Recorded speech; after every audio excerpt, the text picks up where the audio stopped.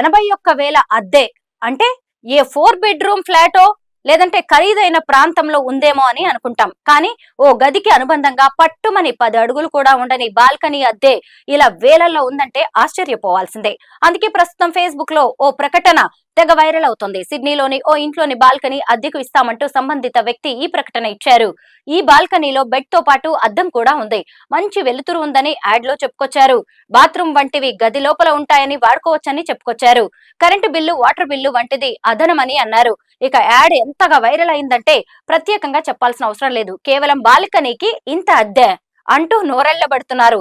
ఇందులో కూడా దిగేవాళ్లు ఉంటారా అని మరికొందరు ఆశ్చర్యపోయారు. ఇదిలా ఉంటే సిడ్నీలో ఇటీవలి కాలంలో ఇళ్ల అద్దెలు విపరీతంగా పెరుగుతున్నాయి. నానాటికి డిమాండ్ పెరుగుతుండటంతో సరిపడా ఇల్లు దొరక్క అద్దెలకు రెక్కలొచ్చేశాయి.